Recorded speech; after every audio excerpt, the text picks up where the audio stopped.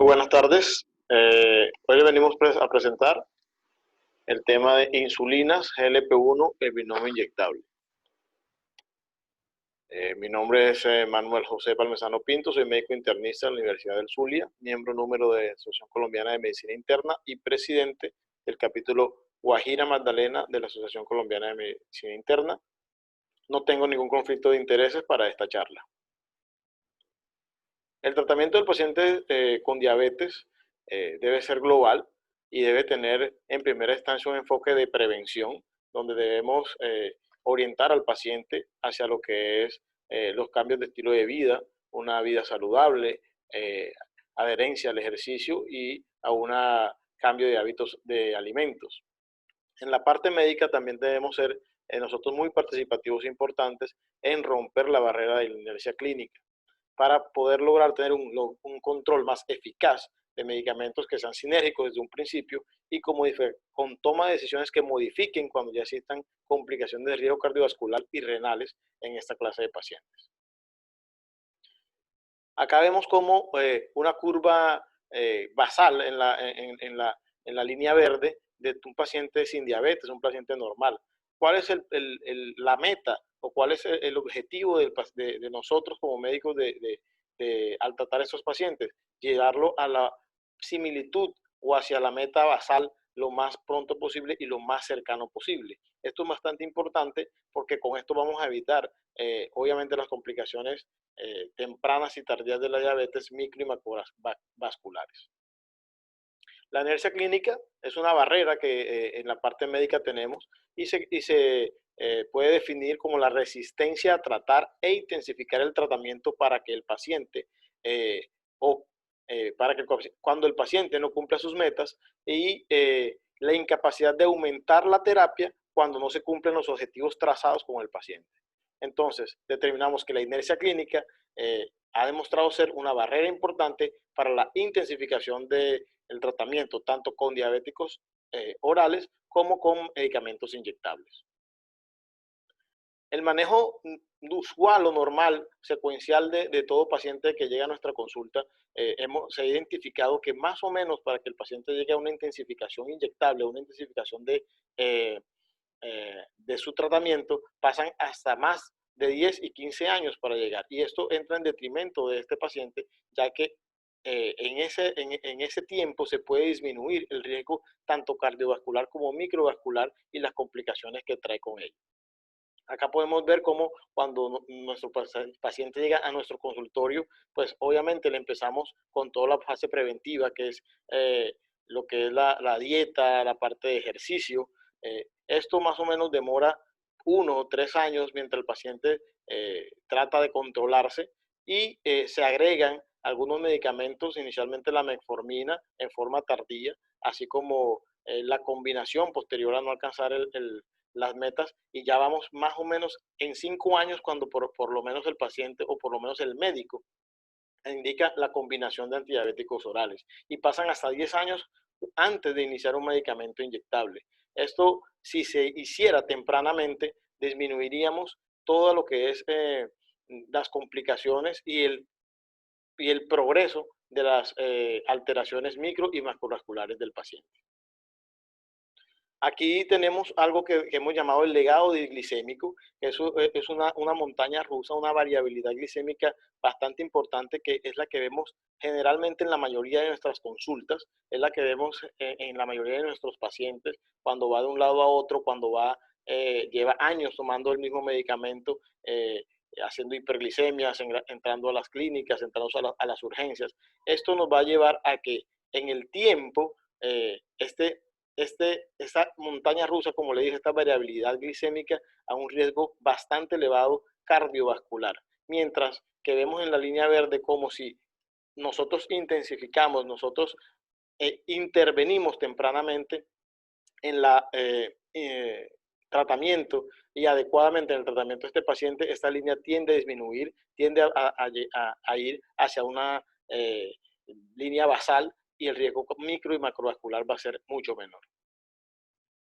Acá tenemos un pequeño estudio donde simplemente hay una comparación cabeza a cabeza de lo que es la insulina basal, un análogo de GLP-1 y antidiabéticos orales en dos o más, dos o más fármacos. ¿Qué nos dice más o menos este estudio? Que utilizando dos o más fármacos antidiabéticos orales, un GLP-1 o una insulina basal por separado, empezando con unas hemoglobinas glicosiladas, como podemos ver ahí, en promedio de 9.1, de 8.8 y 10.1 en cada grupo, logramos disminuir básicamente esa hemoglobina glicosilada, pero nunca se llega a las metas. Y sabemos que el no llegar a metas, así sea por un punto porcentual, aumenta el riesgo cardiovascular, aumenta el riesgo de complicaciones y obviamente el fracaso terapéutico del médico y del paciente. Esta es otra montaña rusa, es una variabilidad glicémica bastante importante que no se ve en pacientes tomando antidiabéticos orales, no se percibe a primera vista, pero que generalmente es el paciente que en su mayoría vemos en nuestra consulta y que mantiene esta variabilidad, que es la que queremos evitar, porque a mayor variabilidad glicémica, mayor riesgo cardiovascular y mayor complicaciones micro y macrovasculares a mediano y largo plazo va a tener el paciente.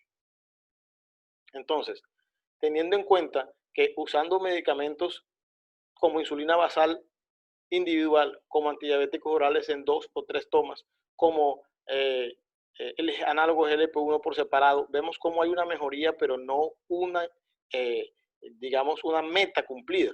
Y es lo que queremos traerles acá. ¿Por qué combinar una insulina basal con un análogo de GLP-1? Esta es una diapositiva bastante conocida y vemos cómo el análogo de GLP-1 cubre la mayoría de órganos afectados por la diabetes tipo 2 y es un complemento ideal para la insulina. ¿Por qué? Porque nos va a presentar una mayor cobertura en todos los órganos afectados por esta patología y nos va a permitir que tengamos un mayor control tanto en la glicemia alterada en ayunas o como la glicemia postprandial. ¿Por qué? Porque los órganos en los que van a actuar y el mecanismo de acción es sinérgico para disminuir estas dos alteraciones metabólicas. ¿Qué pasa con la insulina basal y el análogo de GLP-1 cuando se combinan? Pues hacen un mecanismo de acción sinérgico en el cual tenemos una estimulación de utilización periférica de la insulina, de la glucosa, inhibe la producción hepática de glucosa, esto lo hace la insulina, incrementa la liberación de la insulina dependiente de glucosa, eso lo hace el análogo de GLP-1, enlentece el vaciamiento gástrico y disminuye la secreción de glucagón. ¿Esto a qué nos va a llevar? A un control metabólico con mayor eficacia y mayor seguridad.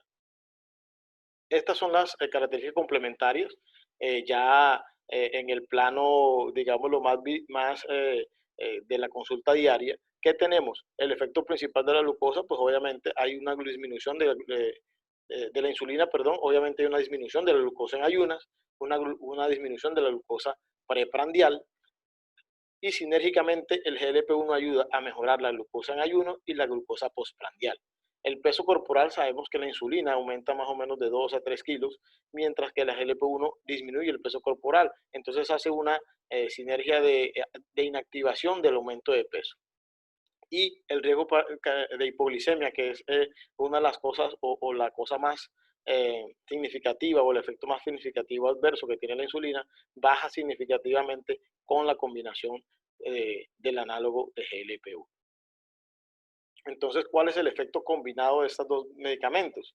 Insulina basal aumenta la utilización periférica de glucosa, disminuye la producción hepática de glucosa y como resultado tenemos un control de glucosa en ayunas. ¿Cuál es la acción complementaria de esto para la hemoglobina glicosilada? Tenemos que el GLP-1 aumenta la liberación de insulina dependiente de glucosa, disminuye la secreción de glucagón y retrasa el vaciamiento gástrico. Como resultado tenemos un control de glucosa postprandial. Entonces, la sinergia llega de esta forma. ¿Qué queremos nosotros como meta al paciente? Disminuir una glucosa de ayunas y una glucosa postprandial. Con estos dos medicamentos estamos logrando la meta y estamos logrando lo que todo médico quiere en todo paciente, que estas dos alteraciones de la glucosa estén controladas. Las guías de la ADA en sus últimas ediciones, que nos dice que después de la metformina, cuando el paciente tiene alto riesgo cardiovascular, tenemos ya que pensar en utilizar medicamentos inyectables como los análogos de GLP-1. Y esto, a su vez, combinados con insulina cuando tienen algunas significaciones específicas, como por ejemplo cuando hay una hemoglobina glicosilada mayor de 10 o tenemos un porcentaje mayor al 2% de la meta propuesta para el paciente. También cuando hay una hemoglobina demasiado alta, hay una indicación de combinación con insulina y GLP-1, por lo menos por encima del 11%, cuando hay síntomas de catabolismo o cuando se sospecha inclusive un paciente con diabetes tipo 1.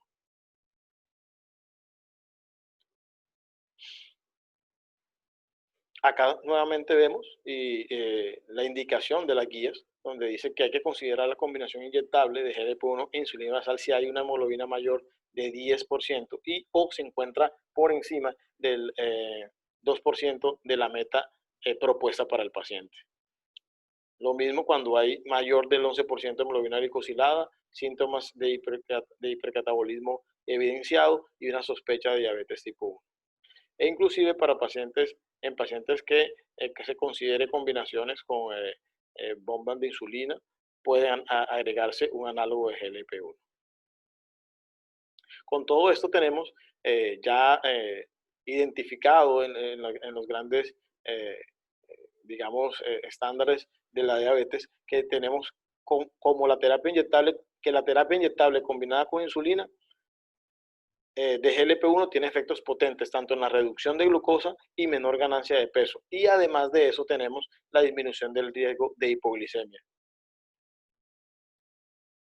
Acá le traigo un estudio al azar. Básicamente estos estudios de medicamentos comparativos inyectables de GLP-1 con combinación de insulina tienen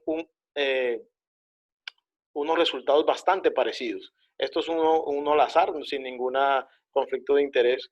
Traje a colación este estudio, que es el estudio Lixilam, donde se realizó más o menos por 30 semanas donde se ingresaron pacientes mayores de 18 años con diabetes tipo 2 que estaban tomando metformina y más dos antidiabéticos orales y además de eso no tenían control de su hemoglobina glicosilada. Se armaron tres brazos, uno con glargina y lixisenatide más metformina, uno con glargina más metformina y el lixisenatide solo con metformina. La dosis de inicio de lixisenatide y glargina de Ilar-Lixi fue de 10 unidades y se tituló hasta llegar a un máximo de 60 unidades y la meta era alcanzar una glucosa en ayunas en el rango de 80 a 100. El desenlace primario, cambiar la hemoglobina glicosilada hacia las 30 semanas del estudio. Estos más o menos fueron los criterios de inclusión. Edad más o menos entre 58 y 59 años, la distribución de sexo entre mujer y hombres más o menos equiparada, duración de diabetes más o menos entre 8.5 a 9 años, un índice de masa corporal en obesidad de promedio grado 1, una hemoglobina glicosilada en 8.1 en todos los grupos, la glucosa en ayunas en promedio de 178 a 176 en todos los grupos y el porcentaje de los pacientes que estaban tomando un segundo antidiabético oral era de más o menos el 58%. Estos pacientes, como les digo, estaban no controlados a pesar del tratamiento que tenían y se fueron titulando. La meta, como les decía, era llegar en la glucosa en ayudas de 80 a 100 miligramos por decilitro y la dosis final promedio de utilización de Iglar-Lixi e Iglargina sola a la semana 30 fue más o menos de 40 unidades. ¿Qué se obtuvo en este estudio de resultados? Una reducción significativa de la hemoglobina glicosilada con la combinación Iglar-Lixi comparado con insulina y glargina lixisenatide. Si vemos acá el promedio de 8.1 de hemoglobina glicosilada en todos los grupos, a la semana 30 se disminuyó dramáticamente con la combinación hasta 6.5. La sola glargina 6.8, sabemos que la insulina es bastante potente, pero tenemos siempre el riesgo de hipoglicemia, y con los antidiabéticos orales hasta 7.3. Hacia la semana 30, vemos aquí básicamente es la utilización de insulina, cómo fue disminuyendo en el grupo de glargina lixisenatide hacia la semana 15, o sea, hacia más o menos la mitad del estudio ya había una disminución y solamente se utilizaba más o menos en promedio un 20%, 20 unidades, perdón, de insulina, mientras que en el brazo de insulina glargina solo se llevó en promedio, como se había dicho anteriormente, hasta casi 40 unidades. O sea que hay una disminución significativa de la dosis de insulina utilizada en la combinación. La glucosa alterada en ayunas, vemos cómo también dramáticamente disminuye con la combinación glargina lixisenatide posteriormente a la semana 30. Y como adicional, tenemos la disminución del peso, o por lo menos el no aumento de peso utilizando la combinación. Vemos cómo la sololoxicinatina disminuye hasta 2.3 kilogramos durante el estudio. Con la insulina hubo un aumento de 1.1 y se estuvo neutro en la combinación. Lo que más o menos preocupa también en la parte de utilizar estos medicamentos, que son los efectos adversos, directamente con la combinación hubo una disminución significativa del 60% de las náuseas y el 60% de los vómitos comparativamente con el análogo GLP-1 en forma individual con la combinación.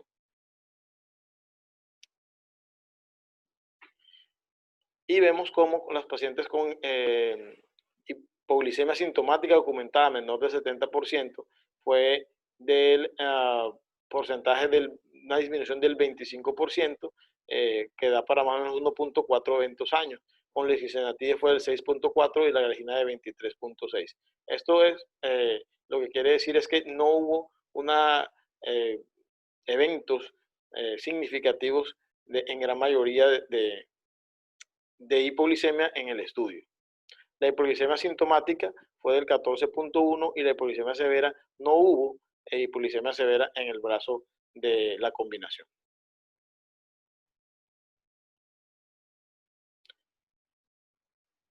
El análisis post-hoc de los participantes, la conclusión fue que los mayores proporciones de pacientes tratados con la combinación llegaron a la meta más tempranamente.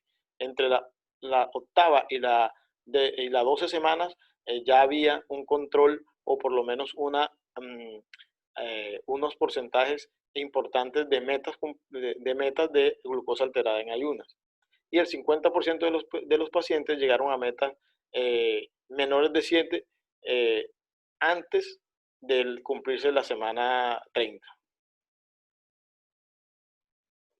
Pacientes que alcanzaron hacia la semana 30 las metas menores de hemoglobina glicosilada menores de 7 en el estudio Lixilan fueron en la combinación el 73%, en el brazo solo de glargina, de insulina basal, el 59%, y en las metas solo con lixisenatide fue del 33%.